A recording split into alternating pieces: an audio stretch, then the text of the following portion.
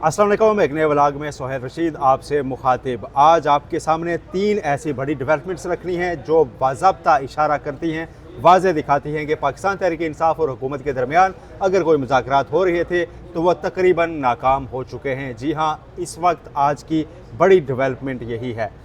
इसके अलावा आपको बताएंगे कि आइनी बेंच से ऐसे कौन से अहम जो है फ़ैसले सामने आए हैं। आइनी बेंच ने आज खुद नोटिस भी एक तरह से ले लिया है और इसके साथ ही आइनी बेंच ने एक पुराना कज़िया भी छेड़ मारा है जो कि हमजा शहबाज को वजारत आला से हटाए जाने का है। उसमें उन्होंने एक गैर मुस्तरद बज़ाहिर केस जिसको उन्होंने टेकअप कर लिया है, जबकि दूसरी जानिब मुल्क में इंटरनेट जैसे आइनी हकूक़ को रोकने के लिए अहकामात सामने आने का इम्कान है। इस बारे में बाज़गश जारी है।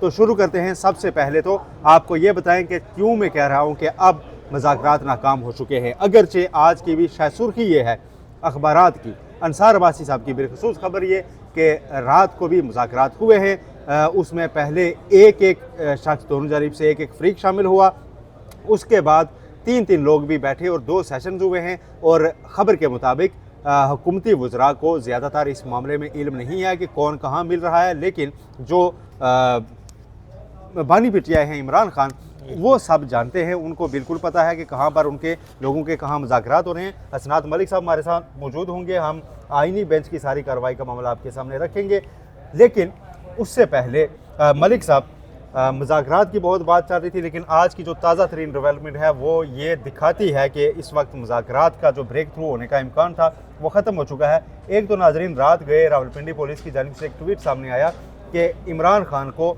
न्यू टाउन थाना में दर्ज एक मुकदमे में गिरफ़्तार कर लिया गया है। अडयाला जेल में ही उनकी गिरफ़्तारी डाली गई।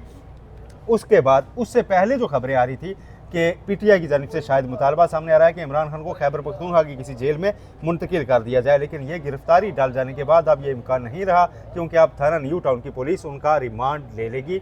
आज उस रिमांड के लिए दलाइल भी दिए जाएंगे और उनका जिस्मानी रिमांड हासिल किया जाएगा। और जिस्मानी रिमांड के दौरान किसी मुलज़म को किसी जगह मुंतकिल नहीं किया जा सकता और उसके साथ फिर राब्ते भी काट सकते हैं।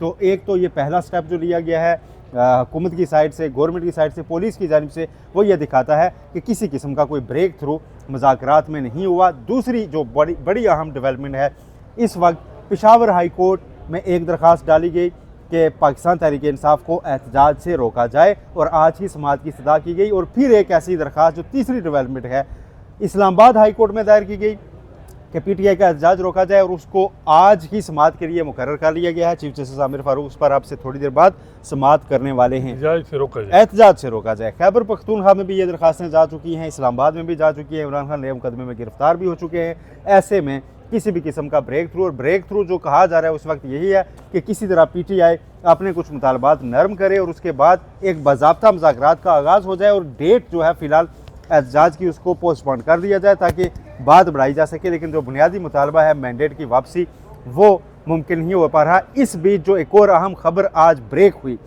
वो यह है कि बिलावल भुट्टो जरदारी ने वज़ीर आज़म शहबाज शरीफ से मुलाकात से इनकार कर दिया है। हसनात मलिक साहब, ये सारी डेवलपमेंट किस तरफ जा रही है? देखिए, बातचीत तो चल रही थी, पीटीआई की कोई ना कोई इतलात थी और इस पर इमरान खान ने भी कन्फर्म किया कि मैंने भी कहा है। अब ये बात रुक गई है, क्यों रुकी है या अभी भी चल रही है, ये कहना कबल अज़ वक्त है। देखें, अपना स्टाइल है पीटीआई को। अगर उन्होंने बातचीत करनी है तो फिर उनको पार्लियामेंट में मामलात, दूसरी जमातें माइनस नून लीग मामलात करने होंगे। उधर मेरा ख्याल है कि पीटीआई नहीं जाना चाह रही। एहतजाज में बात किया उन्होंने। अच्छा, ज़हीद साहब तो वैसे भी साथ थे, वो थोड़े बहुत उनकी नाराज़गी ये थी कि आप क्योंकि उनकी और मौलाना साहब की नहीं बनती, तो वो एक ज़रा ये था मामला। दूसरा ये है कि जो है मामला कि क्या पीटीआई अब जो प्रोटेस्ट है वो कितना इफेक्टिव होगा। इस दफ़ा भी माफ़ कीजिए,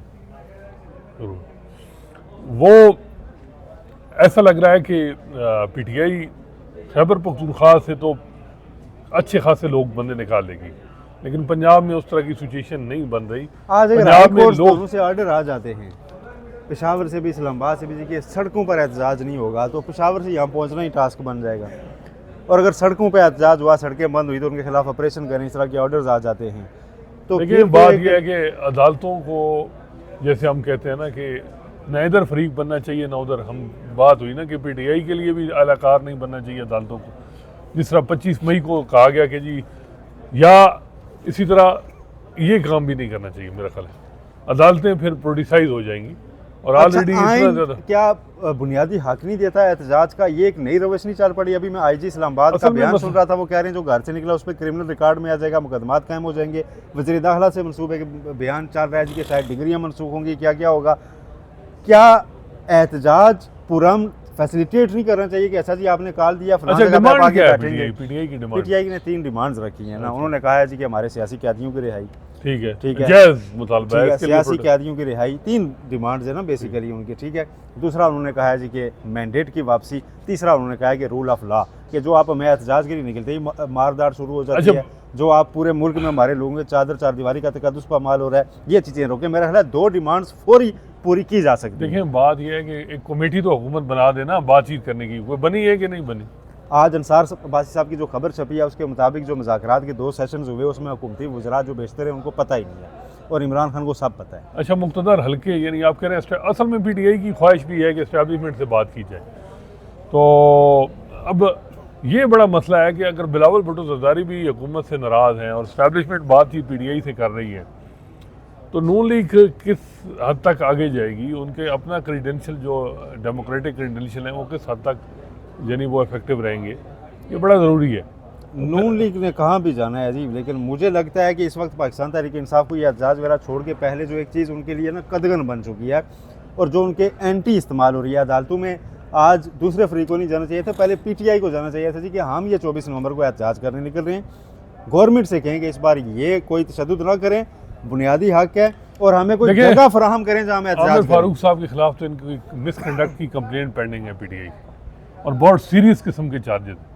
आमिर फारूक साहब को या तो ये केस किसी और बेंच में रेफ़र कर दें, खुद ना सुने, उन पे ऑलरेडी बड़े सवालात हैं और उनकी बात की वो लेजिटिमेसी नहीं होगी। अगर कोई वज़न भी है ना कि इस किस्म के एहतजाज से लोगों के राइट इफेक्ट होते हैं, और जज हैं इस्लामाबाद हाई कोर्ट में, वो टेकअप कर लें। राइट इफेक्ट होने से आपको मैं लेके आऊँगा अब आइनी बेंच पर। आइनी बेंच ने आज एक दरख्वास्त थी जी कि बच्चों का अगवा वगैरह, तो उसमें एक तरह से कोयटा में एक बच्चे के अगवा के ऊपर ना उन्होंने एक तरह से आज खुद नोटिस ले लिया है कि वो दरख्वास्त नहीं थी, लेकिन उसमें उन्होंने रिपोर्ट वगैरह मांग लिया, बड़ी बरहमी का इजहार किया।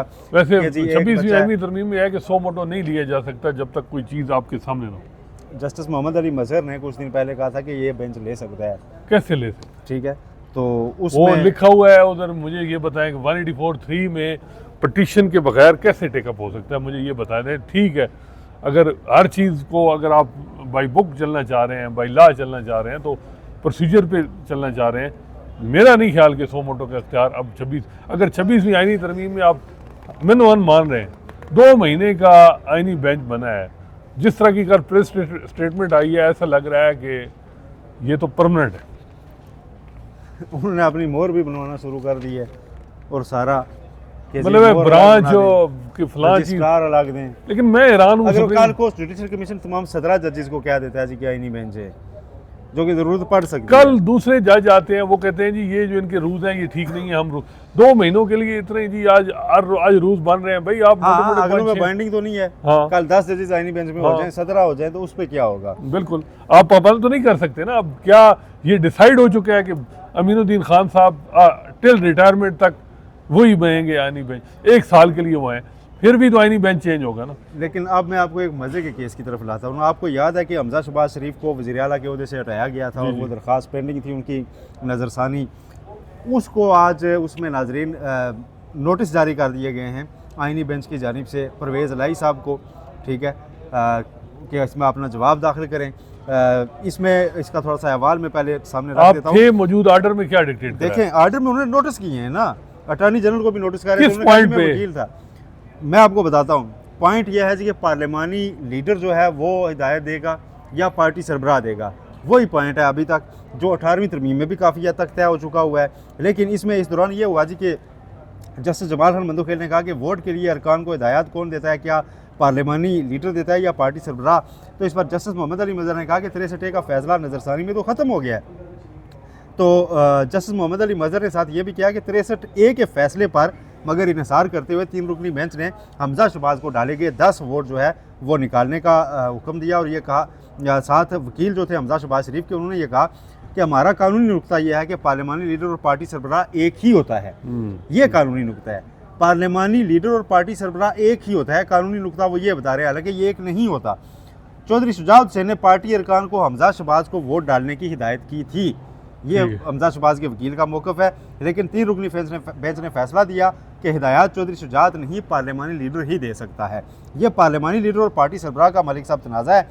फिर साथ हमजा शहबाज के वकील ने कहा कि रावलपिंडी बार के केस में 17 जजेस करार दे चुके हैं कि हिदायत पार्टी सरबराह देगा, ठीक है, और 17 जजेस का फैसला 3 जजेस तब्दील नहीं कर सकते। इस पर जस्टिस जमाल मंदोखेल ने कहा कि यह तो बहुत अहम मामला है।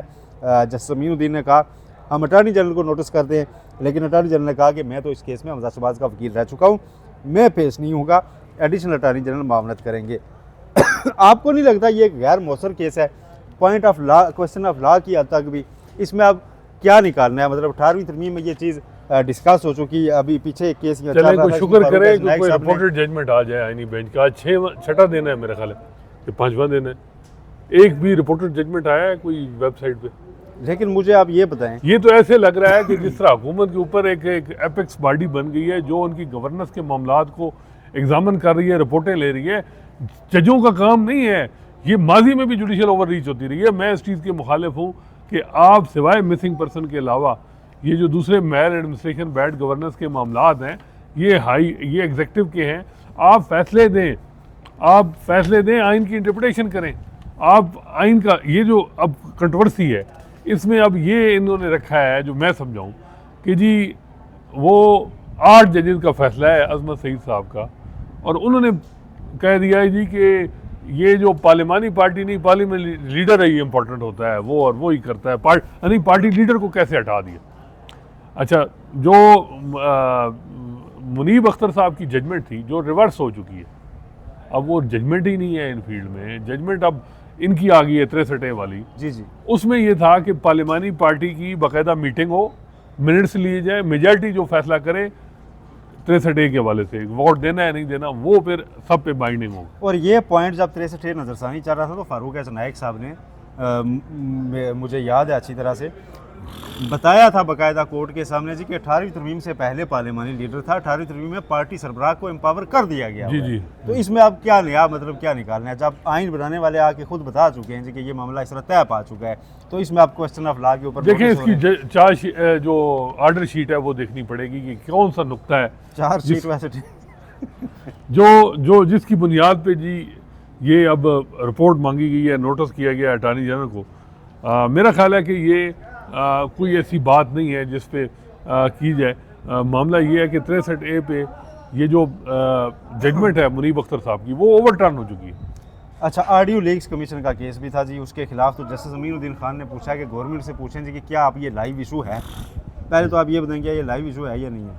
नहीं, अब कौन सा लाइव इशू है? अब मतलब ऑडियो रिकॉर्ड हो गई, चली गई, खत्म का नहीं। मेरा ख्याल है कि वो उससे जजेस बाबर सत्तार ने वो मामला उठाया हुआ है, अब वो भी किधर उठाया हुआ है, इन्होंने उसको रोक दिया हुआ है।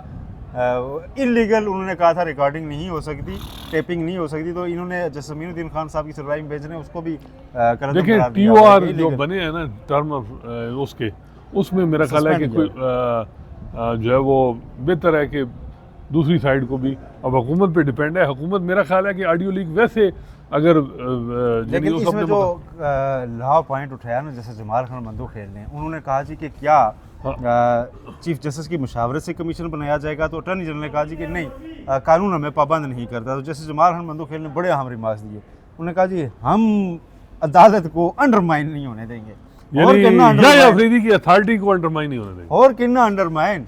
वो नवाज शरीफ साहब जब ज़ेरे अताब थे तो उन्होंने कोई सख्त बयान दिए, तो हमने कहा जी, अदालत में साथ बैठे थे, हमने कहा जी आगे आपके मामला ख़राब है मियाँ साहब।